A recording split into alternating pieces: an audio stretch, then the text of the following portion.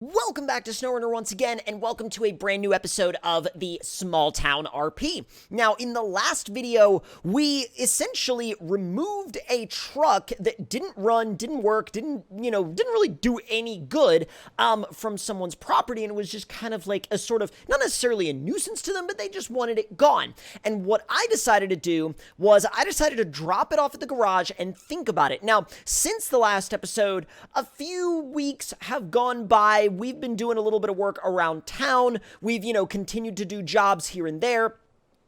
Some transport, some recovery, some, just general improvement, stuff like that. And I actually told the people down at the shop to go ahead and start working on it because I wanted to keep it. Now, it ended up costing me a decent amount. We sold some parts off of the truck as it was, So with the jobs that we were doing, which we made some cash from, and selling the parts off of or at least selling some of the stock parts off of the truck as it was when we found it, we were able to kind of not quite end up even. We ended up with a little bit less cash than we had when we started, but I think it's going to be worth it because the truck in its state now looks incredible. They've sent me some pictures of it, and I cannot wait to bring it back home and honestly just enjoy the thing because I feel like it's going to be both a recovery usable truck, but also a really fun truck at the end of the day. So let's fire this thing up, grab the gooseneck, and head on over to the garage. We'll pick this thing up, and then I also have another strategy that I'm thinking about using to kind of expand our actual business on this map. So I want to pick up some actual equipment. Now, let's go ahead and grab this thing, because there's only so much that you can do with, pickup trucks and even smaller commercial trucks. At a certain point, you start to need some equipment, because I kind of want to move this into not only cargo hauling and vehicle recoveries, but also, maintenance and land improvement and things like that. So I would really like to get some vehicles like maybe a skid steer or even a couple of skid steers that I could use for like I said before, just clearing and property improvement, things like that. And I think that would really expand what we would be able to do. So let's make our way on down to the garage, pick this thing up, and see what it's not only what it looks like, but also actually take it for a little bit of a test run once we get it back to the house. Although we might have a little bit of a pit stop to make on the way back to the house, if y'all know what I'm saying. Now, let's make our way on over the bridge. And I'm kind of debating on whether or not to go in through this first entrance, because I always go through the second entrance because I'm always worried about going through the first entrance here, but I think I'll go through the first entrance this time, kind of see what happens. Let's see if we can make it through here fairly unscathed. I'm giving it the beans. Well, that went well. All right, well, we're gonna need to winch our way through here. When we go to leave, we will not be going in this way. This is not the way we were going to be going in. And, actually, sorry. When we go to leave, this is not the way we were going to be going out. We're going in this way right now, but we're not going to be going out this way. I don't know why I messed my wording of that up. God, this 5th gen is still sitting. I wonder if they're going to ever sell it. Actually, if you look at the for sale sign on the side, they've reduced the price at this point because it's been sitting there a good, month and a half or so. Look at that! Dude, look at all of the conversion aspects of it now. The entire suspension has been converted over to long arms and coilovers. We're running a completely different wheel and tire setup now. They've obviously clearly refreshed the engine. Let's actually take a look at that thing. Well, first of all, we're going to put the ramps down because now that thing drives. So we're actually able to drive it up here onto the trailer. So let's go ahead and get in it. And let's take a look around. Now, let's actually take a look at what they did with the suspension first. So you can see we've got long arms now. We've got, looks like, well, actually, yeah, that's fully upgraded steering as well. I don't know If I'm a huge fan of the fact that there's no steering stabilizer on there, we might add one of those in the future, or we might just ask and see if they can do one. If not, no big deal, but it would be really nice to have one. Looks like we've got independent reservoir King Coilovers, which are fully adjustable and long travel. And let's fire this thing up, see what it sounds like, and see how it drives. Oh, it sounds incredible. And actually, if you open the hood panels, you can take a good look at that fully built 12-valve Cummins that they swapped into it as well. God, that thing looks so sick. All right, let's go ahead and close the hood back up because we're not necessarily going to be staring at the engine for too long. All right, we're going to get you up onto the trailer because I need to take this thing out for a proper test drive. And actually, the trailer can just chill out here right now.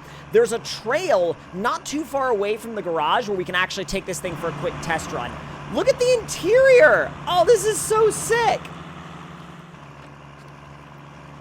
Now, getting it out of here, this shouldn't be a struggle for it at all. All right, I'm going to hang out near the edge right here. Get a little bit of grip. Not bad. Hovering a wheel. It went through there like it was nothing. Like it was absolutely nothing. All right, we're going to be taking this turn up here on the left. We usually don't go this way because, again, most of what's up here is just trails. But I really want to get an idea of the suspension capability of this thing, plus the grip capabilities as well. Let's see if we can get a good look at the flex. Oh my God. Yeah, okay. That's... Well, it's probably just at an odd angle right now. There we go. There we go. That's what I was hoping for. That's what I was looking for. So, long story short, this thing is going to be great for not only, you know, going out on weekend adventures on the trail, but it's also going to be great if we need to do any remote area recoveries where we need to take like a really sketchy trail and haul something back, kind of like we had to with the Razor and like with the F-150 not too long ago, because that was a little sketchy because the F-150 was not having a good time with that. This thing shreds though. All right, I tell you what. Let's try to climb up a couple of rocks before we go back. We'll throw it into low. And make sure, there we go. Make sure the all-wheel drive is on, or rather the four-wheel drive. And the beauty of this thing is that even though it's long wheelbase, the approach angle isn't too terrible. Let's see if we can get up this, let's see if we can get up this stair step. The wheelbase does not like that. The wheelbase is not a fan of that particular distance between stair steps. Oh, come on. Little bit of a bounce. Oh, it fell back down. Okay, one last try, and I'm going to try to give it some actual beans this time. It's not too happy about it. Oh. No. Come on! Okay, it's fine, but I will tell you, I don't think I'm gonna attempt that angle again. This angle's fine. That's what we should have done from the get-go. That was totally okay. The previous angle, not a good idea. So, crawler abilities, A+. Driver abilities, meh. You know, we're just gonna go with meh on that one. But this thing certainly passes the test. We're going to go ahead and take it back down to the trailer. We'll get it back to the house now. And I'm probably just going to let it chill at the house until we actually, like, need to use it for something. So let's see if, oh, geez. It is not having the greatest time of it. Ooh, it is a bit bouncy. I might see if I can get the damping on these coilovers retuned just a little bit because it's got some bounce to it. It's definitely not the most plush suspension setup I've ever driven. Although, then again, I mean, it's a 50s power wagon, but at the same time, it's got modern suspension. So, like, one might say, well, it's a 50s power wagon. Of course it's bouncy. And then you might also say, well, yes, you know, it is from the 50s, at least in frame and bodywork, but the suspension is from the modern age, and so it shouldn't have 1950s suspension issues. So it's kind of like a little bit of a give and take on that one. So let's make our way on back to the truck real quick, and we'll just get this thing back up on the trailer. We'll get it back to the house and drop it off. And then while we do that, we really need to be thinking about what we're going to do next in terms of our little business and see what kind of equipment we want to pick up, because this was really fun to do, don't get me wrong, but I definitely want to go back to getting some of the business aspects kind of worked out a little bit. So stop this thing's engine. We'll hop back in the GMC and pack that thing up, get this fired up, and then get on back to the house. We'll make sure, oh, it was already in tow mode with the suspension. I see. The reason why it seemed a little off was because the ramps were down and it was pushing it the opposite direction. That makes sense. All right, we're going to do a pretty sharp angle here with the turnaround. And as soon as we get that where we want it, we can unwind. We're not going to unwind just yet, but that's about good. And we're going to head back out the way we came in because sorry, not the way we came in. Also, we are absolutely getting a photo of that for the photo album. That looks freaking sick. That looks so good. Oh my god, that looks amazing. And actually, we're gonna get a photo of this thing on the trailer too. What an incredible rig, though. Like, I've always been such a big fan of that body style of truck, like the 50s Power Wagons, especially in crew cab configuration, because I think not only do they embody, like, a very particular time period of what trucks looked like, but even in today's day and age, they look obviously very old school, very retro, but when you modernize one, it's still, it's not necessarily like in the same vein of design of today's modern trucks, but you could definitely tell where like some of the aspects of modern design evolved from with a truck like that. And this thing does such a good job of pulling it. It always has, but like every time I pull something with this truck, I am so glad still that I went with this exact tune. Because again, it's not the top performance tune. It's that kind of mid-range performance / tow tune. And God, it does such a good job of keeping everything exactly under control, exactly where I need it, but it also doesn't bog down.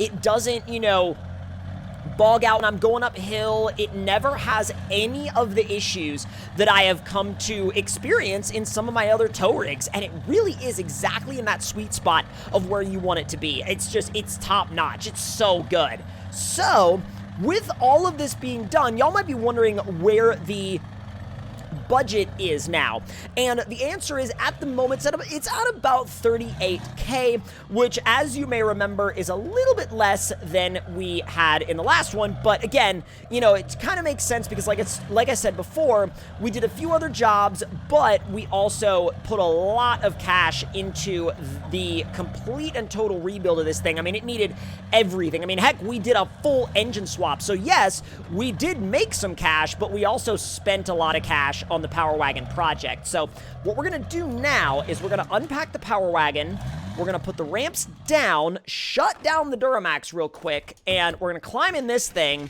We're gonna put it in its new parking spot, which should be quite interesting because I'm gonna have to probably park it up on the rocks, which I have no, you know, doubt that it can get up there. It's just like in my mind, I'm like, huh, I'm literally having to park you up on the rocks because I have no room for you in the driveway.